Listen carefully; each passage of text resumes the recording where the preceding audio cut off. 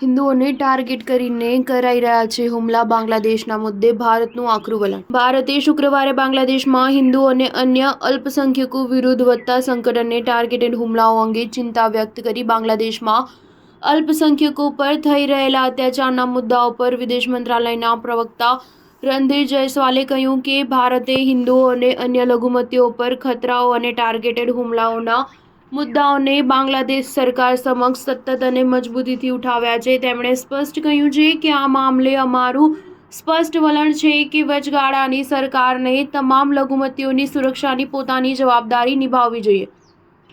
અમે કટ્ટરપંથી, નિવેદનબાજી, હિંસા અને ઉશ્કેરણીની વધતી ઘટનાઓથી ચિંતિત છીએ. વિદેશ મંત્રાલયે વધુમાં કહ્યું કે આ ઘટનાઓને માત્ર મીડિયા દ્વારા ચગાવવામાં આવી રહ્યો છે તેવું સમજીને નકારી શકાય નહીં. ઇસ્કોન એક વિશ્વસ્તરીય પ્રતિષ્ઠિત સંગઠન છે જેનો સમાજ સેવાનો મજબૂત રેકોર્ડ છે. અમે એકવાર ફરી બાંગ્લાદેશને અલ્પસંખ્યકોની સુરક્ષા માટે તમામ પગલાં ભરવાનું આહ્વાન કરીએ છીએ.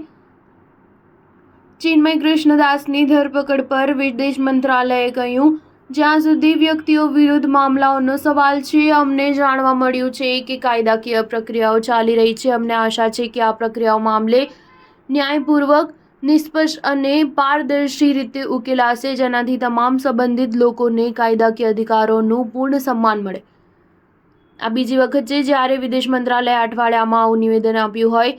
કાજી શરીફુલ ઇસ્લામની આગેવાનીવાળી મેજિસ્ટ્રેટ કોર્ટે હિન્દુ નેતાને જામીન આપવાની ના પાડી દીધી અને આગળની કાર્યવાહી સુધી તેને કસ્ટડીમાં રાખવાનો આદેશ આપ્યો.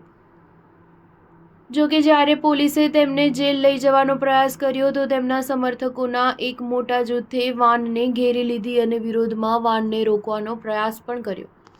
સ્ટાર ન્યૂઝ 7 હંમેશા સચ્ચાઈની સાથે.